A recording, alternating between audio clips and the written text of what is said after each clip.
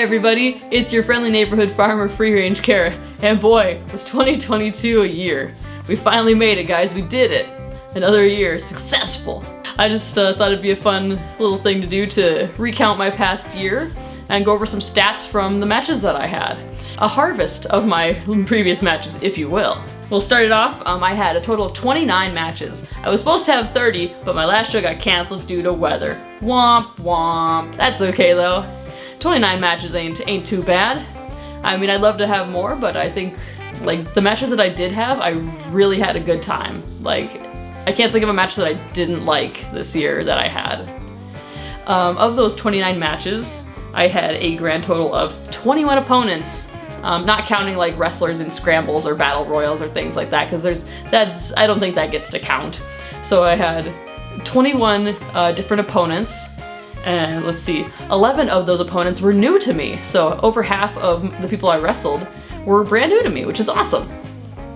I had a wide variety of experience with the people that I worked with, including one match. It was his very first match outside of training, Mr. Matt Honey. I got to face some of our Midwest heroes and Midwest favorites with Eric Cannon and Darren Corbin.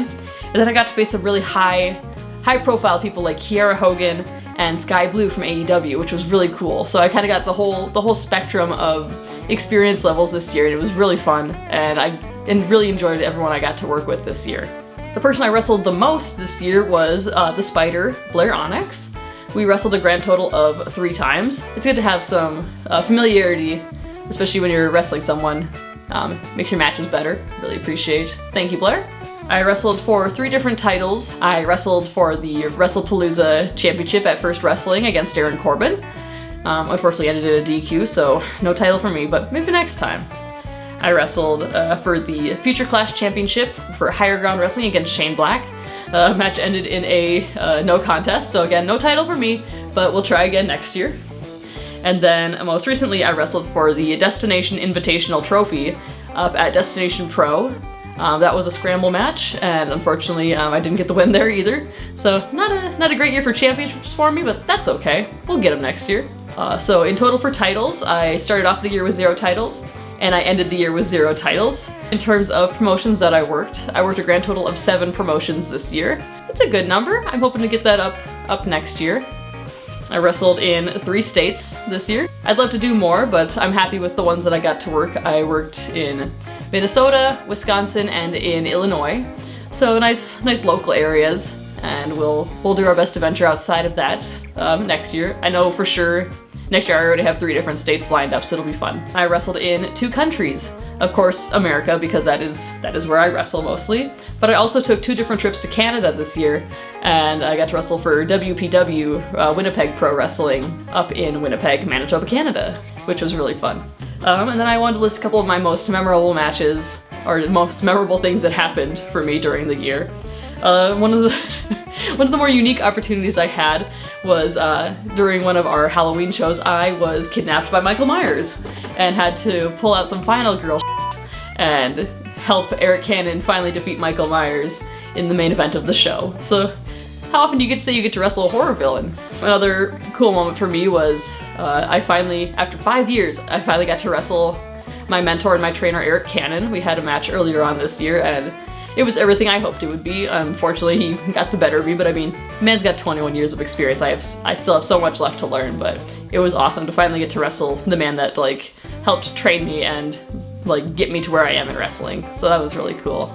I'm gonna say that's really cool a lot because it's cool. Like, wrestling's cool. I got to do the cool indie wrestler thing, and I got my AEW Dark debut where I wrestled Julia Hart, another Minnesota native. So it was cool to get to wrestle Julia Hart in front of, like, we were in Minnesota wrestling 2 Minnesotans. Well, I'm technically North Dakotan, but shh, don't tell. I got to wrestle Julia Hart in front of a crowd that knew who I was, so getting to hear them chant for me was really, really cool. And then how could I leave off the year without mentioning the Mall of America show? There was so much that went into that show, and getting to see it come to life in front of everyone's eyes. We filled all 4 levels in the Mall of America by that Huntington Bank Rotunda. You know, getting that ring set up and seeing everything set up for the first time, seeing all the banners laid out, it's an experience that I don't know if I'll ever feel that particular way ever again. and then, you know, getting to wrestle Billy Starks, having Victoria be our ref, and then getting a win, like, how could I have a better time than I did at Mall of America? It was fantastic, and I hope they come back to Mall of America. I'd really love First Wrestling to come back to Mall of America so we can do it all again. That's basically the whole year I had in wrestling. Some of my matches are up on YouTube if you want to go back and watch and see how 2022 went for me. I almost said 2020. It is not 2020, it is still 2022 for a couple more days anyways. But thank you guys so much for your support all through the years. It's been great getting to hang out with everybody and see people at shows and talk to people online. I've really just had a great time in 2022 with Free Range Kara, with you guys. And we'll see what 2023 holds for us.